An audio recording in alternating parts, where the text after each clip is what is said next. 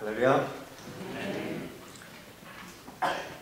하버드 대학교의 데니얼 길버트라는 교수와 커네티컷 대학의 글렌 애플렉이라는 교수가 공동으로 연구한 바에 의하면 인간은요, 기본적으로 슬픔을 극복하고 다시 행복한 상태로 돌아가도록 그렇게 창조가 되었답니다.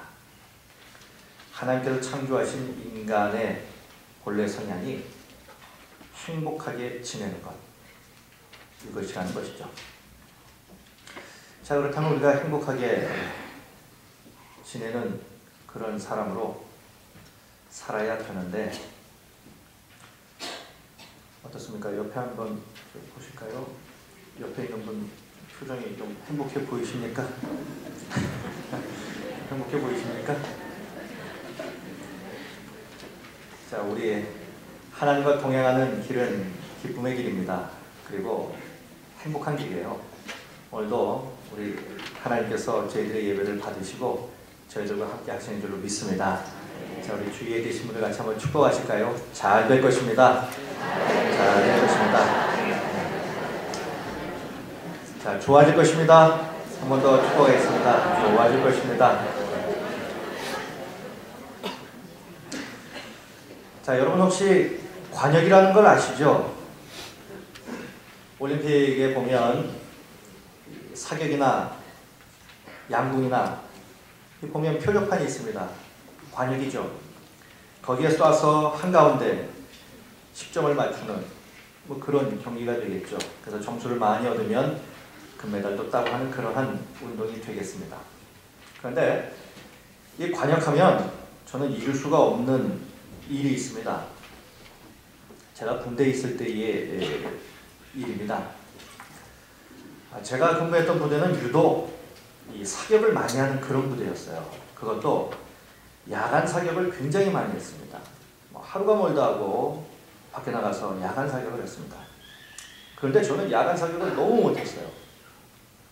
이유가 있었습니다.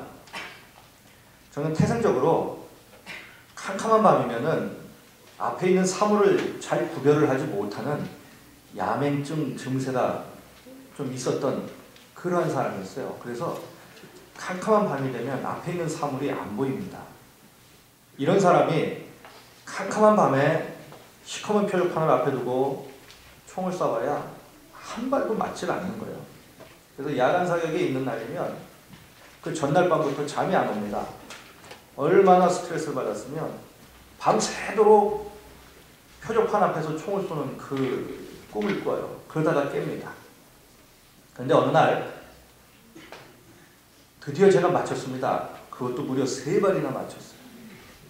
너무나 기뻐서 야, 이젠 나도 되는구나 라고 생각했는데 알고 보니까 제 좌우 옆에서 쐈던 사람들이 표적판을 잘못 보고 제 표적판에다가 쏜 겁니다.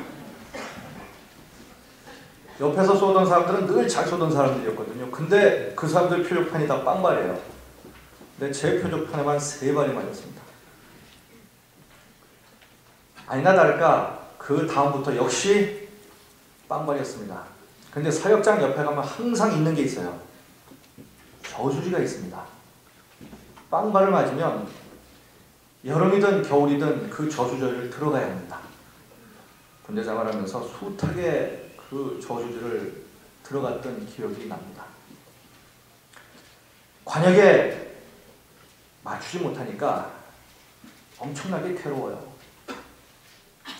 자, 그런데 오늘 아침에 우리가 생각해 봐야 할 중요한 관역을 제가 말씀드리겠습니다. 그것은 다름 아니라 영적인 관역이라고 우리가 말씀드리고 싶어요. 관역하면은 헬라어에서 떠오르는 단어가 이 죄라는 단어입니다. 이 죄라는 단어가 헬라어로는 하마르티아입니다. 이 하마르티아라는 말은 무슨 말이냐면 관역에서 벗어나다 이 말입니다. 그러니까 하나님께서 만들어 놓으신 하나님의 마음이라는 관역, 하나님의 말씀이라는 관역을 벗어나 버린 것, 이것이 하마르티아, 이게 죄입니다. 그러니까 하나님의 마음에 늘 맞춰서 살아야 합니다. 하나님의 말씀이라는 표적판에 우리의 인생이 늘 정확하게 맞아야 되는데 그렇지 못하고 빗나가는 거예요. 이것이 죄입니다. 하나님의 마음에 합한 삶이 아닌 것, 하나님의 말씀에서 벗어나는 것, 이것이 죄라는 얘기입니다. 말씀이라는 표적판, 관역, 하나님의 마음이라는 관역, 이것을 맞추지 못하고 비껴나가는 것, 이게 죄입니다. 그런데 많은 사람들이 그들의 어떤 영생의 문제가 달린 이 관역을 맞추지 못하고 비껴나가게 됩니다. 그럼에도 안타까운 일은 이 관역의 비껴나감을 아무도 마음 아파하지 않는다는 겁니다. 그래서 자신의 마음대로 그냥 사는 거예요. 그러다 결국에는 죄의 싹을 받아서 그 죄의 값을 치르게 됩니다. 자, 그렇다면 사람들은 어느 때에 이 하나님의 영적인 관역에서 벗어나게 되느냐 하는 겁니다. 오늘 본문은 이 중요한 영적 관역을 비켜나간 이 두 사람을 소개합니다. 그러면서 이 물음에 대한 답을 주고 있어요. 첫 번째, 어느 때에 하나님의 이 영적 관역에서 빗나갑니까? 우리가 교회 생활하면서 우리가 받은 직분만을 내세우며 우리의 마음을 하나님 앞에서 변화시키지 않을 때, 우리의 마음을 변화시키지 않을 때, 그때그때 살면서 우리의 마음을 늘 새롭게 변화시키지 않을 때 하나님의 영적 관역을 비껴가게 됩니다. 이에 대해서 오늘 본문은요, 대제사장 아나니아를 들고 있습니다. 여러분, 대제사장이 누굽니까? 아주 쉽게 우리가 알고 있는 것은 대제사장은 1년에 한 번씩 지성소에 들어가서 하나님을 만나고 백성들을 향한 하나님의 말씀을 전해주었던 이스라엘 공동체에서 정말로 중요한 사람입니다. 하나님 앞에 가서 백성들을 대신하여 죄를 가지고 들어가서 피를 뿌리며 백성들의 죄를 사함받는 사람, 그리고 하나님의 말씀을 받아서 백성들에게 전해주는 이스라엘 공동체에 있어서 없어서는 안 되는 아주 중요한 그런 사람이 바로 이 대제사장입니다. 자, 그런데 오늘 본문은 그가 하나님의 마음과 상관없이, 천국 복음에 상관없이, 하나님 나라와는 전혀 상관없이 하나님의 나라의 관역을 맞추지 못했다고 성경은 말합니다. 왜입니까? 그 이유가 오늘 본문 24장 1절에 보니까 이렇게 기록되어 있습니다. 닷새 후에 대제사장 아나니아가 어떤 장로들과 한 변호사 더둘로와 함께 내려가서 총독 앞에서 바울을 고발했어요. 어디에서 어디로 내려간 걸까? 그 당시에 대제사장은 예루살렘 성전에 있죠. 그리고 그 당시에 총독은 가이사라에 있었습니다. 그러니까 이 대제사장 아나니아는 지금 예루살렘에서 가이사라로 내려간 겁니다. 예루살렘에서 가이사라는 바로 옆 동네가 아닙니다. 수백 킬로 떨어진 먼 거리였어요. 그런데 이 대제사장이 예루살렘에서 가이사라로 갔다라고 하는 이 말이 중요한 이유는 그 당시에 이 대제사장이 지킬 것 중에 불문율 중에 하나는 대제사장은 성전을 떠날 수가 없었습니다. 아무리 급한 상황이어도 대제사장은 예루살렘을 떠나지 못했어요. 그런데 오늘 본문에 나오는 이 대제사장 아나니아는 장로들과 함께 성전뿐만 아니라 아예 예루살렘을 떠나서 수백 킬로 떨어진 가이사라까지 갔다고 기록하고 있습니다. 자, 그럼 왜 그가 조상 대대로 대제사장들이 지켜야 하는 이런 불문율을 어기고까지 수백 킬로 떨어진 가이사라까지 갔느냐 합니다. 그 이유가 오늘 24장 1절 뒷부분과 3절에 나옵니다. 24장 1절 뒷부분에 보니까 바울을 고발했어요. 그리고 3절에 보니까 이렇게 기록되어 있습니다. 벨리스가 가요, 우리가 당신을 힘입어 태평을 누리고 또 이 민족이 당신의 선견으로 말미암아 여러 가지로 개선된 것을 우리가 어느 모양으로나 어느 곳에서나 크게 감사하나이다. 지금 대제사장 아나니아가 벨리스 총독에게 이렇게 말합니다. 여기서 지금 벨릭스라는 사람이 나오는데요. 이 벨릭스는 로마 황제 클라우디우스 때의 유대 총독이 됩니다. 그런데 그는 원래 로마의 노예였습니다. 여러분 한번 생각을 해보십시오. 노예가 총독이 되려면 어떻게 해야 할까요? 그때는 분명히 신분이 뚜렷하게 구별이 되어 있었습니다. 그 신분을 뛰어넘는 것은 쉽게 말해서 하늘 별 따기입니다. 그런데 그가 노예에서 총독이 됩니다. 어떻게 해야 이런 일이 가능할까요?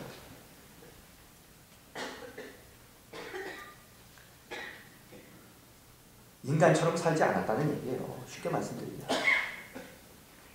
사람을 죽이고 짓밟고 올라가고 수단과 방법을 가리지 아니하고 출세하기 위해서 얼마나 그가 애를 썼겠냐는 거예요.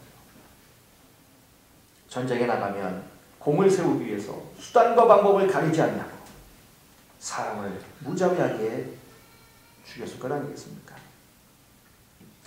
역사가들은 말합니다. 이 벨릭스는 성품이 난폭했다는 거예요. 유대 총독이 되기 위해서 그 당시 황제였던 안토니우스의 그 당시의 부인은 클레오파트라입니다. 그 손녀와 결혼을 합니다. 여기서 끝나지 아니하고 벨릭스는 유대에 와서 유대인의 환심을 사기 위해서 당시 유대를 다스렸던 왕이 누구였냐면 아그리파 1세였습니다. 그 1세 마땅 드루실라와 또 결혼을 합니다. 수단과 방법을 가리지 않는 사람, 무자비한 사람입니다. 자기 목적에 어긋나거나 자기 앞을 가로막는 것이 있으면 그것이 누구든 무엇이든 다 제거해버리는 그런 사람이었어요. 그런데 이러한 벨릭스 앞에 지금 대제사장 아나니아가 와서 뭐랍니까? 벨릭스 각하여. 그리고 하는 말이 이 유대 나라가 이렇게 번성하고 이렇게 잘되고 이렇게 발전한 것은 다 당신 때문입니다. 지금 이렇게 얘기하고 있습니다. 이스라엘 백성들에게 있어서 대제사장은 어떤 존재입니까? 하나님을 만나는 통로예요. 그들은 대제사장을 보면서 하나님을 만나는 그러한 감격을 누리는 그러한 사회였어요. 모든 사람들의 존경을 받는 사람, 가장 하나님과 가까이 지내는 사람이라고 모든 사람들이 인정하는 사람, 하나님의 말씀을 대언해서 백성들에게 알려주는 사람, 자기네들은 죄를 져도 대제사장은 죄를 지을 것 같지 않은 그런 사람. 이 대제사장이 벨릭스에게 와서 이 무자비한 이 벨릭스 앞에 와서 각하 하면서 아부를 하는 겁니다. 이 나라가 이렇게 잘 되는 것이 바로 각하가 이 나라를 잘 다스려주기 때문에 이 나라가 이렇게 번성하고 있습니다. 라고 말합니다. 지금 이 나라가 지금 잘 되고 있는 겁니까? 지금 그 당시에 유대 나라가 지금 번성하고 있습니까? 잘 되고 있습니까?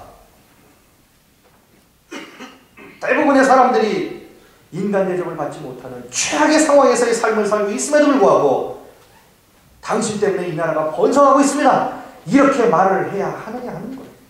이게 도대체 일반 사람도 아니고 대제사장이 해야 할 말이냐 하는 거예요.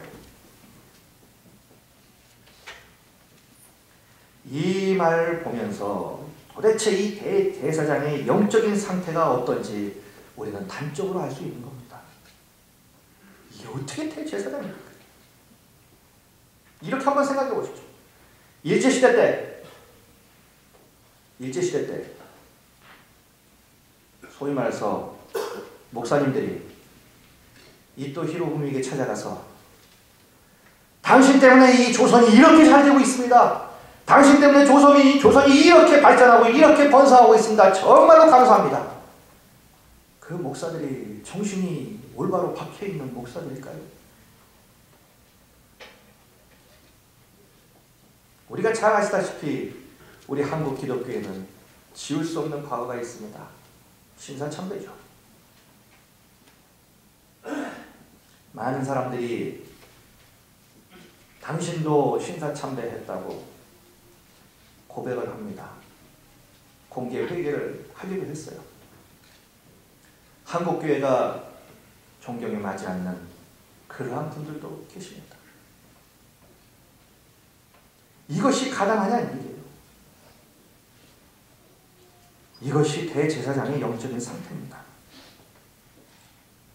지금 한 나라를 집어삼켰어요.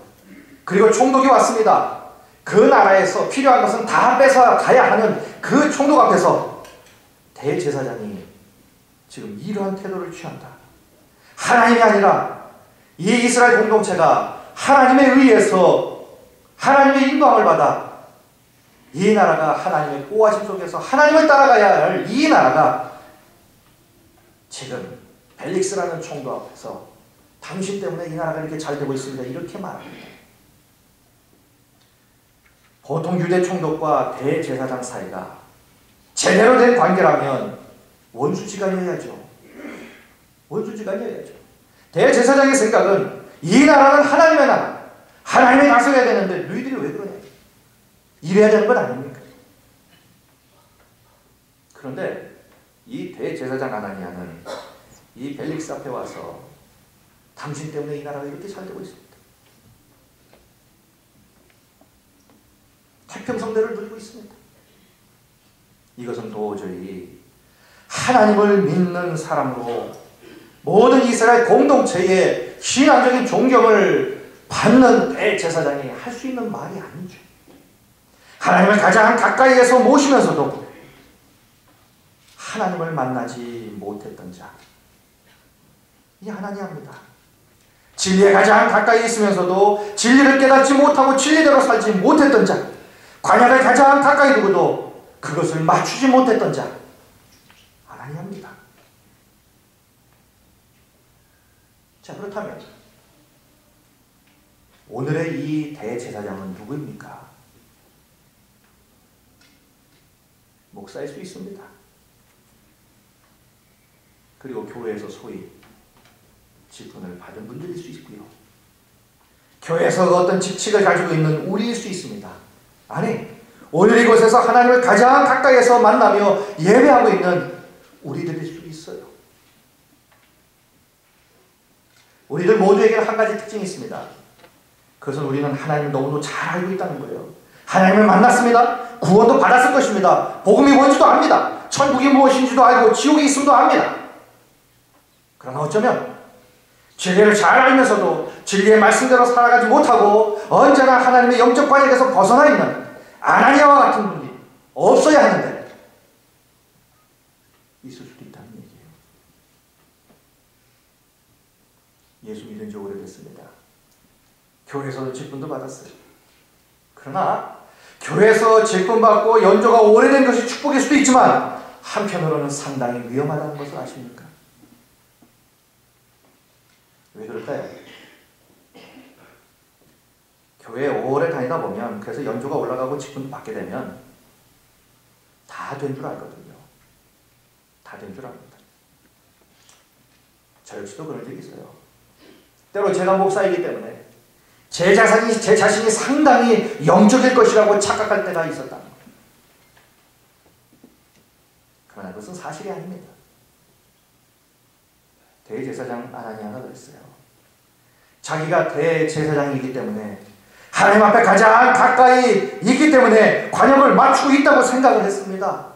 모든 사람들이 자기에 와가지고 대제사장 존경에 맞지 않으니까 하나님과 가장 가까이 있는 줄 착각을 했단 말이에요. 그리고 자기는 늘 하나님 마음에 합하고 하나님의 말씀대로 살고 있다고 하나님의 관역을 맞추고 있다고 착각하고 있었다는 거예요. 그러나 오늘 본문을 보십시오. 그는 관역을 빗나가도 한참 빗나가고 있어요. 히브리 수신자는 자기의 수신자들에게 엄중한 경고를 던졌어요. 수신자들의 마음에 강팍함을 꾸짖으면서 그 이유를 이렇게 말합니다. 너희의 마음이 왜 강팍하게 되었는지 아느냐? 너희가 왜 하나님의 징계를 받는 자리에 놓이게 되었는지 아느냐? 그 이유는 하나다. 그것은 다른 게 아니라 하나님의 말씀을 듣기는 들었는데 믿음으로 화합하지 못했다는 거예요. 이것이 바로 이스라엘 백성들이 하나님으로부터 징계를 받은 이유라는 거예요. 그러기에 사랑하는 성도 여러분, 우리는 신앙의 연조나 우리의 직분에 상관없이 날마다 매 순간마다 하나님 앞에서 우리의 마음을 끊임없이 변화시키는 그러한 삶을 살아야 할 줄로 믿습니다. 우리들이 교인이기 때문에 과거의 어느 날 주님을 만나 구원받았기 때문에 자동적으로 우리들이 하나님의 관역을 맞추고 있다고 생각하지 마시기 바랍니다. 나도 모르는 사이에 내 인생은 하나님의 관역이 아니라 내가 임의대로 만든 내 인생의 관역에 맞추고 있는 인생을 살고 있을 수도 있다는 얘기예요. 우리의 가치관과 우리의 생각 속에서 나도 모르는 사이에 이 하나님과 같이 하나님의 관역과 상관없는 곳을 향해서 부지런히 달려갈 수도 있다는 겁니다. 요즘은 속도가 미덕입니다. 속도가 경쟁력이에요. 속도가 빨라야 합니다. 그래서 무엇이든지 빨리빨리 해야 합니다. 빨리빨리 돼야 돼요. 출세도 빨리 해야 되고 무엇이든지 빨리 이루기를 원합니다. 그러나 중요한 것은 속도가 중요한 것이 아니라 방향이 중요하잖아요. 방향이 중요합니다. 하나님이 우리에게 제시하신 그 하나님의 말씀의 관역을 버리고 내가 임의대로 만들어 놓는 그 관역을 향하여 내가 아무리 빨리 달려간다 하더라도 그 길이 잘못된 길이라면 그것은 오히려 더디가 못하단 말이에요. 아무리 빨리 가는 인생이라도 지옥을 향하여 달려가는 그 빠른 인생이라면 오히려 천천히 가는 것보다 못하잖아요. 중요한 사실은 속도가 문제가 아니라 방향이 문제라는 거예요. 그렇다면 우리의 방향은 지금 어디를 향하고 있습니까? 하나님께서 우리에게 주신 하나님의 마음이라는 그 관역, 하나님의 말씀이라는 그 관역에 우리의 인생을 잘 맞추며 살고 있습니까? 아니면 내가 임의대로 그려놓은 내 마음대로 살아가는 그 관역을 향해서 옆도 뒤도 안 돌아보고 내일이 달리고 있지는 않습니까? 성령의 조명함을 받아서 내 시간의 화살, 내 재물의 화살, 내 인생의 화살을 어디를 향해서 지금 쏘고 있는지 우리가 다시 한번 우리를 돌이켜 보셨으면 좋겠습니다. 시간과 재물과 내 인생이 하나님께서 원하시는 그 관역으로 날리시는 저와 여러분들이 되시기를 주님의 이름으로 간절히 축원드리겠습니다. 두 번째, 사람들은 어느 때 하나님의 영적 관역에서 벗어나게 됩니까? 두 번째는 하나님께서 우리에게 주시는 권면의 말씀, 그리고 우리 마음밭에 심어주시는 하나님의 말씀에 대해서 즉각적으로 반응하지 아니하고 연기할 때, 미룰 때, 그때 우리는 영적 관역을 비껴나갈 수 있습니다. 이에 대해서 본문은 벨릭스를 말합니다. 벨릭스는 하나님 앞에 하나님의 그 놀라우신 축복을 받을 수 있는 절호의 기회를 가졌어요. 오늘 22절 말씀 보니까요, 이렇게 나옵니다. 벨릭스가 이 도에 관한 것을 더 자세히 함으로 연기하여 이르되 천부장 루시아가 내려오든 너희 일을 처결하리라. 이 도에 관한 것을 더 자세히 함으로. 벨릭스는 구약을 잘 알고 있었습니다. 그뿐만이 아닙니다. 더욱더 하나님 앞에 관역을 맞출 수 있는 특권을 가질 수 있었던 이유가 있었습니다.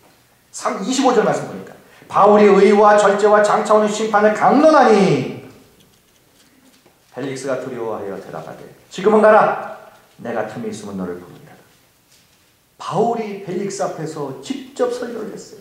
1대1로 만나서 바울은 그에게 복음을 전했습니다. 하나님의 말씀을 증거했어요. 그 말씀을 그가 들었습니다.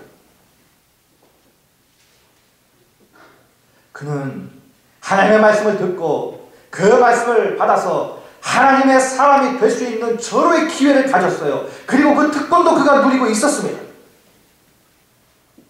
그런데 그는 거절했습니다.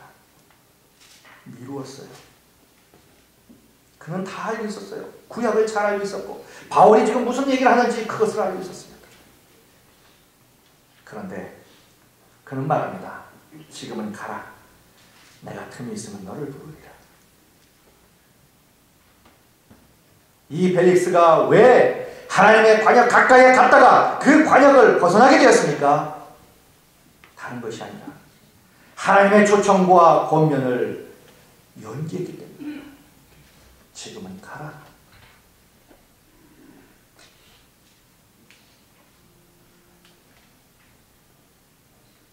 연기했습니다. 그는 하나님의 말씀을 듣고 하나님의 사람이 될 수 있는 기회가 있었어요. 절호의 기회를 그는 잡았습니다. 그리고 바울과 1대1로 만나서 하나님의 그 엄청난 복음을 다 들을 수 있는 특권도 가지고 있었어요. 그러나 그는 연기했어요. 미뤘습니다. 그런데 우리 역시 이 벨릭스와 같이 하나님의 영적 관역을 비켜갈 수 있다는 거예요. 우리가 매번 하나님을 향하여 내일 하겠습니다. 다음에 하겠습니다. 이렇게 말을 할 때마다 하나님의 권고와 하나님의 말씀을 우리 또한 연기하고 있는 것은 아니냐 하는 거예요. 이것이 바로 예수 오래 믿은 것의 위험성일 수도 있습니다. 어떤 말씀을 들어도요, 뭐 다 아는 거 아니야. 뭐 한두 번 들었어. 옛날에 내가 다 알고 있는 거지 뭐. 새로운 것이 뭐가 있겠어. 해 아래 새 것이 있겠나? 하나님의 권면과 하나님의 초청이 이제는 마음에 와닿지 않게 되는 거예요. 이런 자들은 하나님의 말씀을 듣기는 듣지만 성령의 인도를 깨닫지 못하는 자들이라는 거예요. 그래서 언제나 하나님의 관역을 비켜가게 되는 겁니다. 때로 성령께서 우리에게 헌신을 요구합니다. 그럴 때 어떡합니까? 다음에 하죠. 성령께서 전도하라고 하십니다. 제 형편이 나아지면 하지요. 기도하라고 합니다. 시간이 나면 그때 하지요. 이것 좀 해보라고 합니다.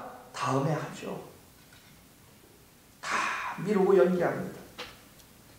이렇게 우리가 하루하루 미룰 때에 계속해서 연기를 할 때 우리의 마음은 무뎌지는 겁니다. 무의식 중에 우리는 영적 관역을 비켜나가게 된다는 거예요. 아무리 하나님께서 말씀을 하셔도 그것을 깨닫지 못한 만큼 우리의 심령이 무뎌지게 된다는 거예요. 굳음살이 박힌다는 겁니다.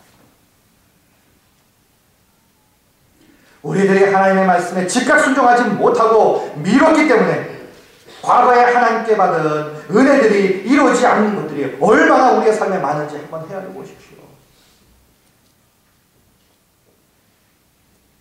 왜 사람들이 하나님 마음에 합한 삶을 살아야 할 때가 됐음에도 불구하고 그렇게 살지 못하는가? 이유는 하나입니다. 성령께서 감동을 주심에도 불구하고 미루기 때문이에요. 성령을 소멸해버리기 때문에 그렇습니다. 즉각 순종하지 않기 때문입니다. 그렇다면 우리는 어떻습니까? 오늘 이 아침에 우리들의 삶 속에서 성령께서 지적해 주신 일들을 연기해버린 일은 없으십니까? 내일이면 늦습니다. 지금 해야 합니다. 순종하되 지금 해야 합니다. 그래서 고린도후서 6장 2절은 이렇게 말씀하잖아요. 보라, 지금은 은혜 받을 만한 때요. 보라, 지금은 구원의 날이다. 지금이에요. 중요한 것은 내일은 이 모든 것들이 보장되지 않을 수도 있다는 얘기예요. 그러게 여러분, 오늘이 중요합니다. 바로 지금이 중요한 거예요. 바로 지금이, 바로 여기에 구원이 있고 용서가 있어요. 새로운 삶이 있고 새로운 시작이 있게 되는 겁니다. 성령께서 우리들의 마음에 권고하시고 충고하실 때에 그 말씀을 향하여 아멘 하며 순종하시는 저와 여러분 되시기를 주님의 이름으로 간절히 축원드리겠습니다. 마지막 세 번째로, 사람들이 어느 때에 하나님의 영적 관역을 빗나가게 됩니까? 그것은 중요하지 않은 것을 우리의 인생과 마음의 중심에 둘 때 관역에서 벗어날 수 있어요. 오늘 본문에서 보면요, 재밌는 것이 있습니다. 26절 보니까요, 이렇게 기록되어 있어요. 24장 26절 보니까요. 동시에 또 바울에게서 돈을 받을까 바라는 거로 더 자주 불러 같이 이야기를 하다.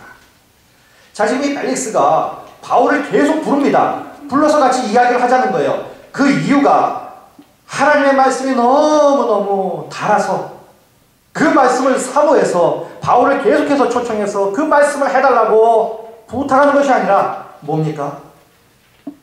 바울에게서 돈을 받을까 해서 바울을 자주 불렀어요. 바울이 무슨 재벌입니까? 바울이 돈이 어디 있다고 바울에게서 돈을 받을까 싶어서 바울을 계속해서 부르냐 이거예요.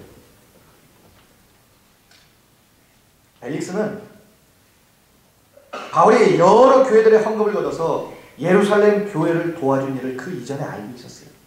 가만 보니까 이 바울이라는 사람에게 교회들이 돈을 주더라는 거예요. 이 바울에게 보니까 돈이 따라다니더라는 거예요. 그래서 이 펠릭스 생각에 그래, 저 바울 저 사람 한번 붙잡으면 큰 돈 한번 잡아보겠다 싶은 생각이었다. 그러면서 그를 계속 부릅니다. 하나님의 말씀을 듣고 은혜 받고 하나님의 사람이 되고 구원받도록 하기 위해서가 아니라 돈을 받기 위해서, 돈을 채우기 위해서 계속해서. 안 믿는 사람들은 그래요. 교회 모든 헌금 다 목사가 갖는 줄 압니다. 뭐 그런 생각이겠죠. 제가 어떤 분을 만났어요. 이 장사하시는 분인데 이런저런 얘기를 하다가 큰 교회를 가요. 그래서 왜 하필 그 먼데 거길 나가십니까?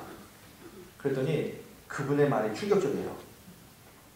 제 점포가 그 큰 교회 옆에 있거든요. 그러더랍니다.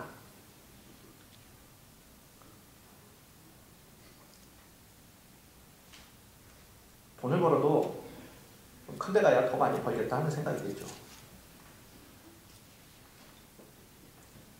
펠릭스는 진짜 복음을 마음에 두지 않았어요. 그의 마음에는 복음이 아니라 돈이 자리하고 있었다는 거예요. 욕심이 자리하고 있었어요. 그것 때문에 바울을 계속 부릅니다. 오늘도 마찬가지입니다. 사람들이 덜 중요한 것 때문에 목숨 걸고 삽니다. 간혹 정말 묻지 못할 일들이 뉴스에 납니다. 주차 문제 때문에 사람을 죽이는 일도 생기고요. 자리 다툼 때문에 사람을 상해하는 경우도 많습니다. 정말 중요하지 않은 것 때문에 사람들 목숨 걸고 사는 것 많아요. 어떻습니까? 정말 중요한 것은 그냥 다 잃어버리고 별 중요하지 않은 것 때문에 사람들은 목숨 걸고 살아요. 그래서 이런 책도 나왔어요. 몇 년 전에. 중요하지 않은 것에 목숨 걸지 마라. 사람들은 보면요, 정말 중요하지 않은 것에 목숨 걸고 살면서 시간 낭비, 돈 낭비, 정력 낭비, 인생 낭비하면서 삽니다. 이 땅에 다 두고 빈손으로 떠나게 될 인생인데 정말 이 땅의 것 때문에 구원과 은혜의 삶을 누리지 못하는 사람들 많습니다. 이 펠릭스가 그런 사람 아니겠어요? 구원이 지금 코앞에 있었습니다. 가장 가까이 지금 구원에 와 있었어요. 그런데 그는 구원의 관역을 빗나가고 말았어요. 이유는 그의 마음과 삶의 중심에 중요하지 않은 것을 채웠기 때문에. 그렇다면 이 펠릭스를 욕할 자격이 우리에게는 있습니까? 우리는 어떨까요? 우리는 도대체 무슨 일 때문에 하나님의 나라의 일을 뒤로 연기해 오셨습니까? 오늘 우리가 드려야 할 헌신, 오늘 끊어 버려야 할 어떤 습관, 오늘 주님 앞에 바쳐야 할 시간과 재물들을 도대체 무엇 때문에 지금까지 연기하고 계시냐는 거예요. 무엇 때문에? 사업 때문에요? 취미 때문에요? 노는 것 때문에요? 여러분이 벨릭스라는 사람은 정말로 좋은 기회를 가졌습니다. 구원 바로 코앞에까지 왔었어요. 그러나 그는 그것을 붙잡지 못했습니다. 연기해버렸어요. 구원이 아닌 세상에 잠시 있다 사라질 것들로 그의 삶을 체험으로 그는 구원과 멀어지고 말았어요. 나중에 이 벨릭스가 어떻게 되셨는지 아십니까? 그는 노예에서 총독이 되었어요. 아직 수단과 방법을 가리지 아니하고 총독이 되었습니다. 그러나 후에 그는 다시 노예로 전락하고 비참하게 그의 처를 맞습니다.